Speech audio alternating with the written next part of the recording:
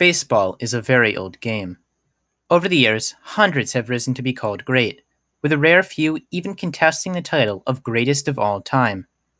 Babe Ruth probably gets your vote for that, and the joviality with which he played the game at its highest level is itself amazing. There was one player, however, for whom baseball was much more than a game. For nigh on 20 years, a fellow by the name of Ty Cobb used the sport to wage his own personal war on the world, and he won. In the process, he racked up 90 records and became a multimillionaire. Here's the thing, though. You probably wouldn't like Ty Cobb, but I think you should respect him.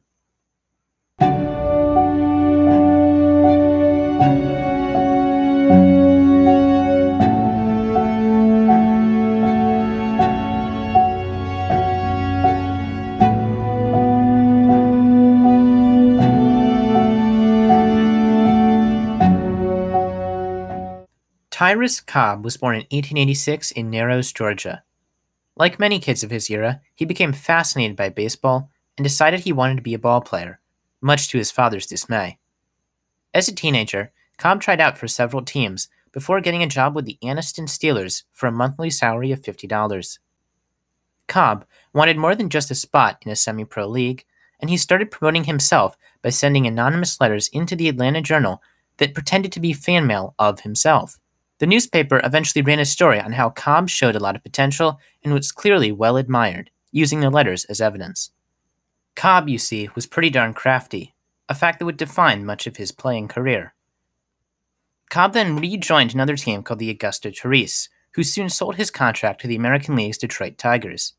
Keep in mind, at this point in time, professional athletes had very little bargaining power, so when a player's contract was sold to another team, they had very little say in the matter. Years later, a similar thing would happen to Babe Ruth when his contract was sold to the New York Yankees.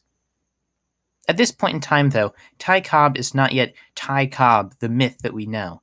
Little is known of his childhood, as you might have inferred from the fact that I jumped right into his playing career. I think the following events may have had a greater impact on who Cobb became, though, than any childhood that he did have. In 1905, 3 weeks before Cobb was set to start his first game with the Detroit Tigers, his mother shot and murdered his father.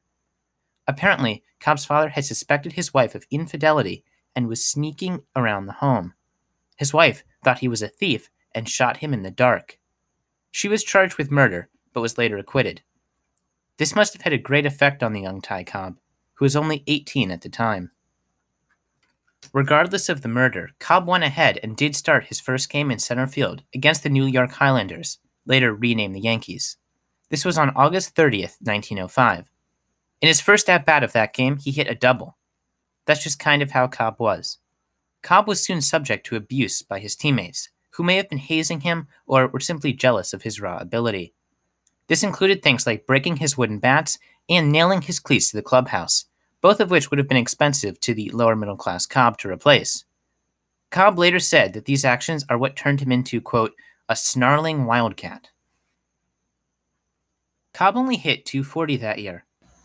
By most standards, that's an okay-ish batting average for a rookie, but it's not particularly exceptional by any means. Cobb played in what is known as the dead ball era. Today, the average MLB baseball is only used for 12 or so pitches before being replaced. In Cobb's era, balls were used until they were caked with mud and barely resembled spheres. For that reason, and simply that balls were designed softer to begin with, hitting home runs was a pretty rare feat. You could lead the league by hitting 9 or 10 home runs in a single year. In 2021, Shohei Ohtani completed hitting 13 home runs in June alone. While home runs were rare, though, high batting averages were not. In this era, the best players approached and sometimes surpassed a batting average of 400. Following his rookie season, Ty Cobb would never hit under 300 again.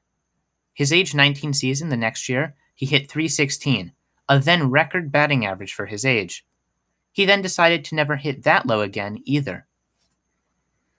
In 1907, Cobb's Tigers won the pennant and then lost the still-new World Series to the Cubs. He hit .350 that year and led the league. Then the Tigers won the pennant again in 1908. Cobb again led the league with a .324 batting average, and they again lost to the Cubs.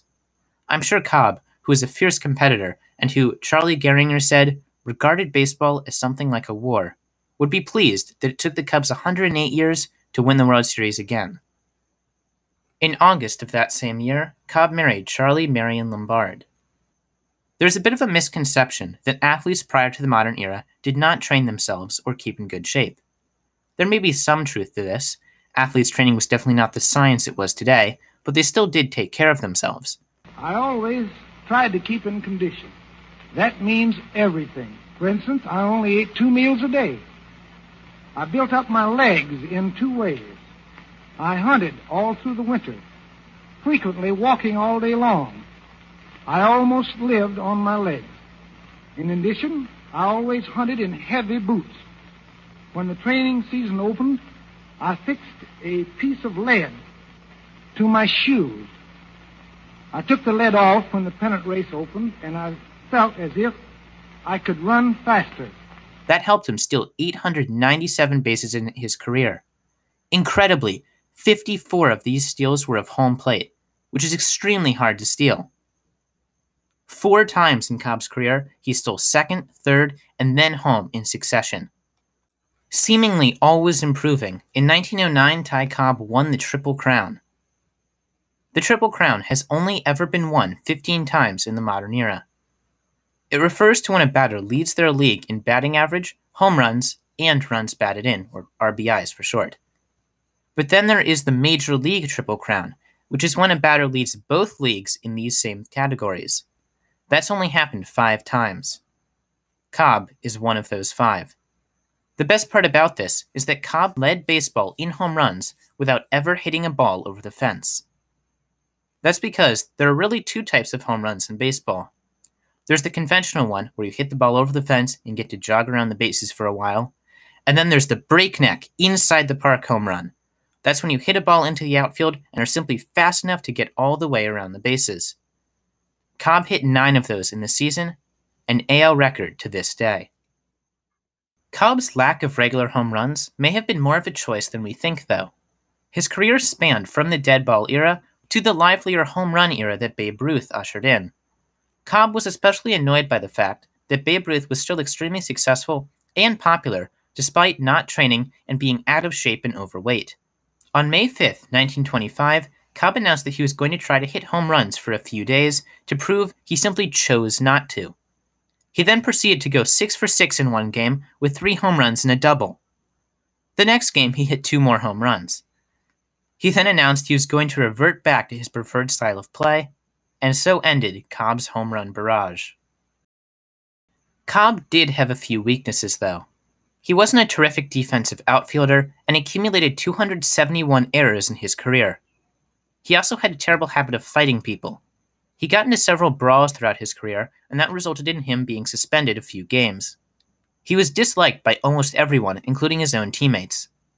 It should be said, though, that other players did respect Cobb.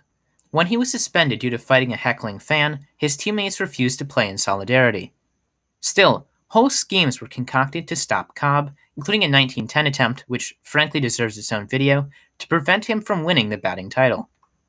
But you really couldn't stop Ty Cobb. Starting in 1907, Cobb became a celebrity spokesperson for the Coca-Cola Company.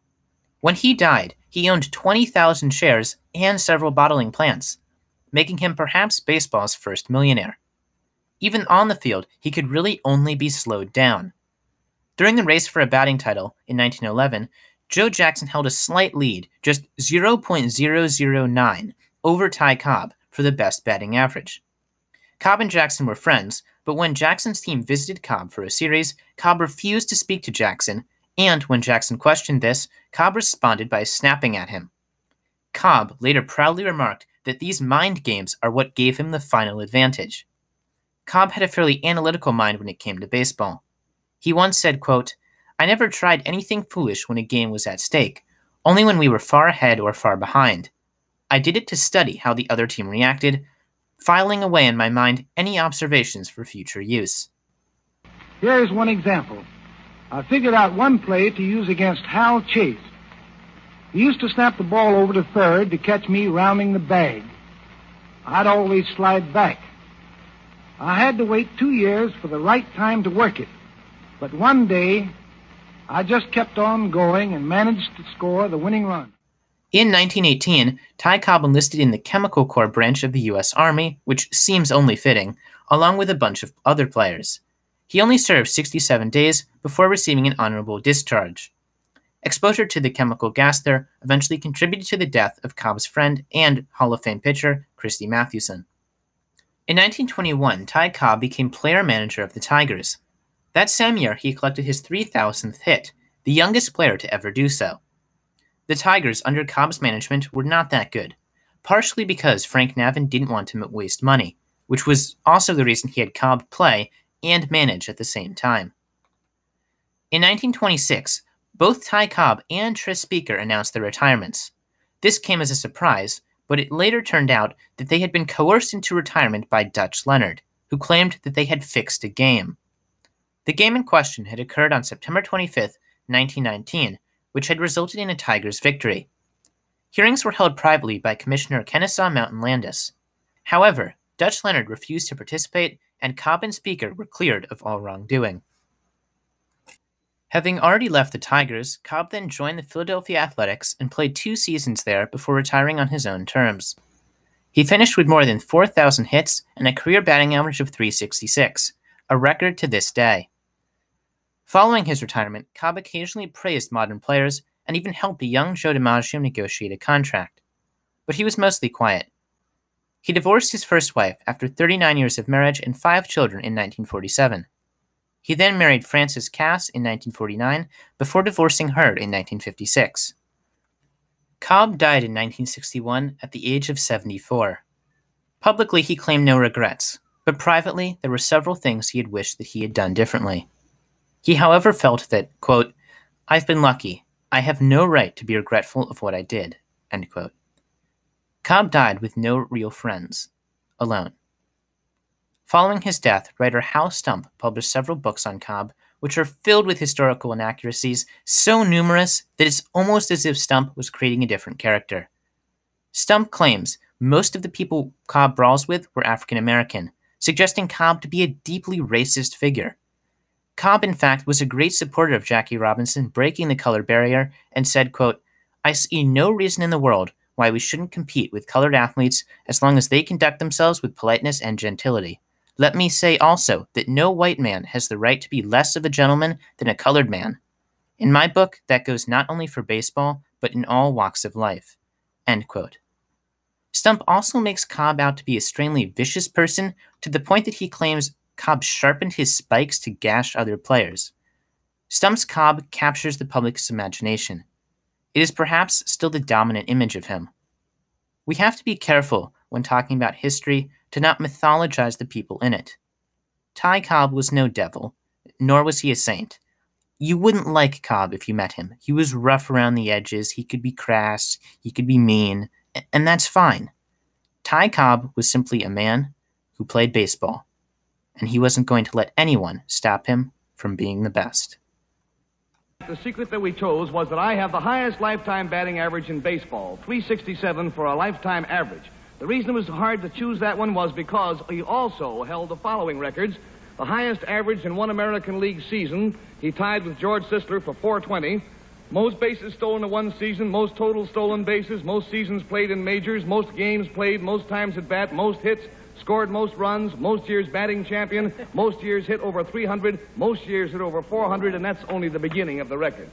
In 1936, Ty Cobb became the first player voted into the Hall of Fame.